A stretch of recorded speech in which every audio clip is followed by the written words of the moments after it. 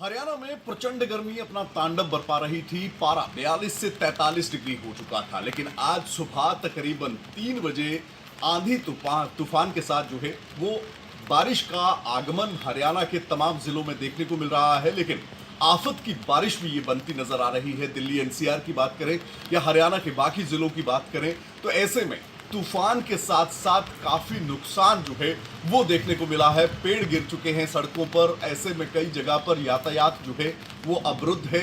वहीं कई कॉलोनीज में जो है वो पेड़ों के गिरने से जो है वो नुकसान बताया जा रहा है। सिरसा में सुबह 3 बजे से जो है वो पेड़ों के गिरने के चलते ही जो है वो लाइट की व्यवस्था आपूर्ति जो है वो नहीं हो पा रही है। वहीं दिल्ली एनसीआर की अगर बात करें तो वाटर लॉगिंग के साथ साथ हल्की सी बरसात ने एक बार फिर से एनसीआर रीजन के कई शहरों की पोल जो है वो खोल दी है। वाटर लॉगिंग यानी कि जल भराव जो है वो देखने को मिल रहा है। गुरुग्राम की बात करें, फरीदाबाद की बात करें तो देर रात से ही बारिश चल रही थी। नुकसान जो है तूफान की वजह से जो है दिल्ली एनसीआर के कई इलाकों में और साथ ही साथ हरियाणा के 22 जिलों की अगर बात करें, क्योंकि मौसम विभाग की ओर से ये एडवाइजरी जारी की गई थी। लू बहुत ज्यादा चल रही थी, ऐसे में एक विक्षोभ जो है वो बन रहा था आज के दिन के लिए। पंचकुला में भी हल्की बूंदाबांदी है। वाटर लॉगिंग की अभी तक यहाँ पर कोई सूचना नहीं है। लेकिन हरियाणा के बाकी जगहों की बात करें तो गर्मी पारा जो 42 से 43 डिग्री जा चुका था उससे कहीं ना कहीं लोगों को राहत मिली है। यानी कि प्रचंड तांडव बरपा रही गर्मी का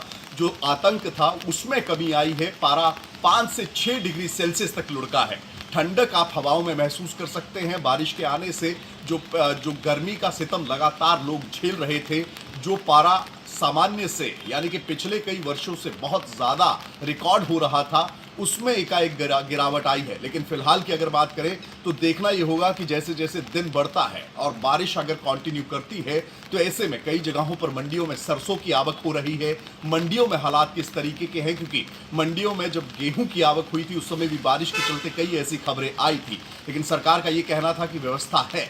लेकिन इसी के साथ साथ जिस तरीके से जो डैमेज हुआ है उसको लेकर क्या कुछ आकलन सामने आता है, और अगर ये बारिश इसी तरीके से पूरा दिन चलती है तो एनसीआर रीजन में और कैसे दृश्य जो है वो देखने को मिलते हैं ये आने वाला वक्त बताएगा। क्योंकि मौसम विभाग की ओर से स्पष्ट किया गया है कि जो विक्षोभ बना है उसका असर अगले 48 घंटे जो है यानी कि आज का और कल का दिन मिलाकर जो है देखें तो 2 दिनों तक जो है वो बारिश जो है वो हरियाणा के अलग अलग जिलों में देखने को मिल सकती है। तो ऐसे में पारा जरूर लुढ़का है, लेकिन साथ ही साथ एक आफत की बारिश जो है वो दिल्ली एनसीआर और तूफान की वजह से कई इलाकों में जो है वो देखने को मिल रही है।